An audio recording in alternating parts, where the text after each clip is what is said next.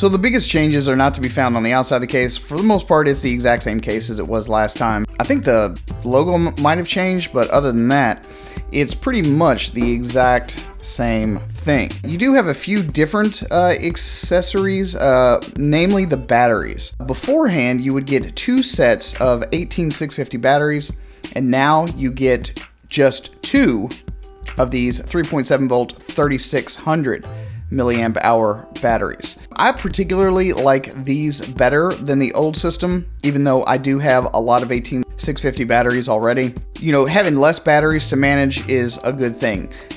The handle on the new one doesn't have a sleeve on the inside. The old one used to have a sleeve, and they put a sleeve in there so that the 18650 batteries could be easily accommodated, and basically in this version they just removed it so that these go in there, you know, perfectly. You've got a new battery charger that accommodate these size batteries.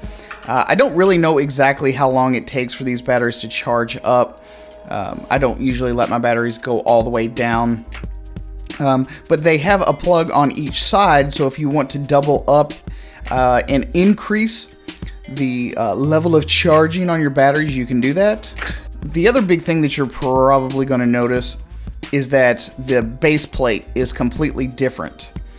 This base plate doesn't have the 3 slots on it anymore, and this top part will actually slide back and forth from front to back now.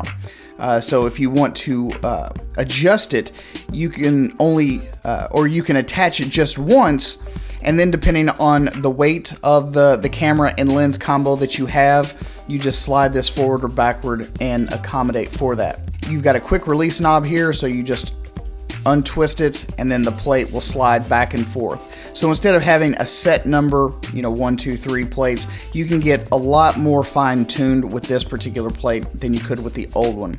And then when you're done, you just, you know, lock it back down and you're good to go. Now, the other big change you're going to notice is that the handle button placement is completely different. You now have this sort of DJI Osmo style D-pad. Whereas the other one, I don't have the other one anymore, but I still do have the Zhiyun Smooth 2. And as you can see, you sort of had this sort of like, it's almost like a PlayStation 4 style joystick. And then you had the 2 buttons on the side. You had like a toggle, and then you had a button over here.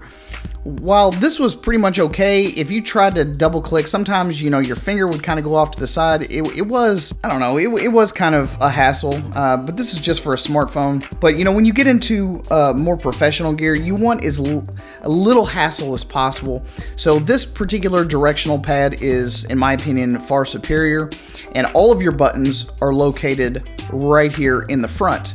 So you now have nothing on the side and only your charging port on the left-hand side. So that was the biggest change between the two.